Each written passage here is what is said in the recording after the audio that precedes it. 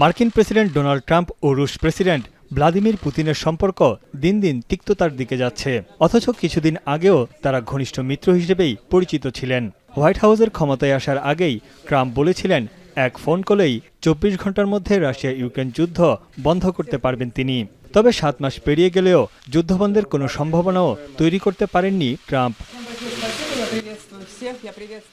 Russia এবং ইউক্রেনের প্রেসিডেন্টদের সঙ্গে কথা বলেও ফায়দা হয়নি।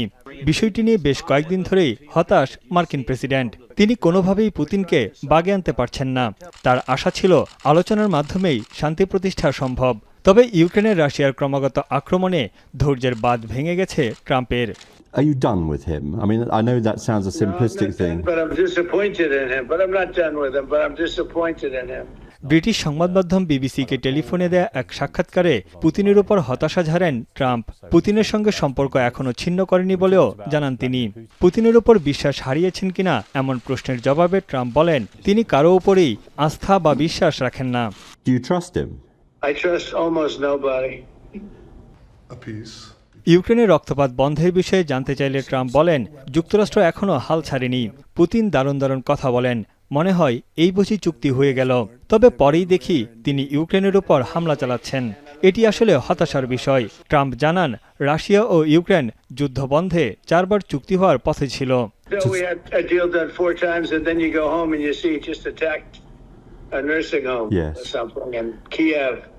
এতদিন পশ্চিমা সামরিক জোট নেটোকে অপ্রাসঙ্গিক বললেও এখন জোটের প্রতি সমর্থন জানিয়েছেন তিনি। তার মতে জোটটি এখন নিজের খরচে চলছে। সেই ব্যবস্থা ট্রাম্প নিজেই করে দিয়েছেন।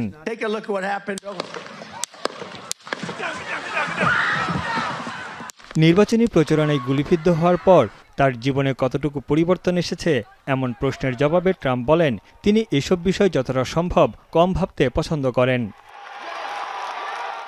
তবে ট্রাম্পের এই সাক্ষাৎকারের প্রায় পুরোটাই জুড়ে ছিল পুতিন এবং ইউক্রেন যুদ্ধ। এদিকে পুতিন দীর্ঘদিন ধরে বলে আসছেন রাশিয়াও শান্তির পক্ষে। তবে এর আগে যুদ্ধের মূল কারণগুলো সমাধান করার দাবি জানান তিনি। পুতিনের অভিযোগ, ইউক্রেন, নেটো এবং পশ্চিমা দেশগুলো রাশিয়ার নিরাপত্তার জন্য হুমকি হয়ে দাঁড়িয়েছে। তানভীর জনি, এখন বিশ্ব। শাইনি চুলে এখন হবে সব হেয়ারস্টাইল। সিল্কোর দ্বিগুণ শাইনি চুল প্রতিদিন।